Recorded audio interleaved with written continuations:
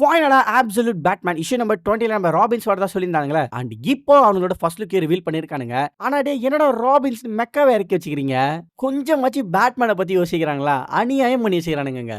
ஆனா ஒத்துக்கிறதுக்கு மனசுலனாலும் இவனுக்கு தான் ராபின்ஸ். அண்ட் இதுல இவனுக்கு எந்தெந்த ராபின்னு குறிக்கிறதுக்காகவே அவங்களோட ஷோல்டர்ஸ்ல நம்பர்ஸ் கொடுத்துருக்கானுங்க. சோ நம்ம பேட்மேனோட முதல் ராபினா இருந்தது யாரு? ஆப்வியஸா நம்ம தலைவன் டிக் கிரேசன் தான். சோ இந்த ஒயிட் கலர் மெக்காவோட ஷோல்டர் நம்பர் 1 தான் இருக்குன்னு நினைக்கிறேன். பட் ஆனா அது லைட்டா மறைஞ்சிருக்கும். பட் இருந்தாலும் அந்த மெக்காவோட செஸ்ட் நோட் பண்ணிக்கலாம். அதுல ஹாஸ்பிட்டல் இருக்கிற அந்த பிளஸ் சிம்பிள் இருக்கும். சோ நம்ம டிக்ரேசன் மட்டும் தான் இஎம்டி சேர்ந்தவன். சோ அப்படி பார்த்தோம்னா இந்த ஒயிட் கலர் மெக்கா நம்ம டிக்ரேசன் அங்க இருக்கணும். அண்ட் செகண்டா பயங்கர பெருசா ஹல்க் பஸ்டர் மாதிரி இருக்கிற அந்த மெக்காவோட ஷோல்டர் நோட் பண்ணீங்கன்னா நம்பர் 2ன்னு இருக்கும். சோ பேட்மேனோட second Robin Jason dead. So அவனை தான் இவ்வளவு பெரிய மெக்காவை இறக்கி வச்சிருக்கானுங்க. அண்ட் தேர்டா பார்த்தோம்னா நம்ம டீம் அவனை பச்சை கலர்ல இறக்கி இருப்பானுங்க. ஏன் அதை சொல்றேன்னா நம்ம டீம் ரெட் ராபின் தான் சொல்லுவாங்க. சோ ரெட்டுக்கு அப்படியே ஆப்போசிட் கான்ட்ராஸ்டா இருக்க கிரீன் கலர்ல இறக்கி இருக்கிறது செம்மையா இருக்குதுங்க. தென் ஃபோர்த் ராபினா ஸ்டிஃபனி பிரவுனை பிங்க் கலர்ல இறக்கி இருக்கானுங்க. தென் ஃபைனலா ஃபிஃப்த் ராபினா டேமியனை எல்லோ கலர்ல இறக்கி இருக்கானுங்க. ஆனா எனக்கு வர கேள்வி என்னன்னா, டேமியன் நம்ம ப்ரூஸ் வெயினோட பையங்க. அவனோட ஃபுல் நேமே டேமியன் வெயின் தான். ஆனா இந்த நம்ம ப்ரூஸ் தான் கல்யாணமே ஆகல. அப்புறம் எப்பறான்னு கேட்டீங்கன்னா தெரியல.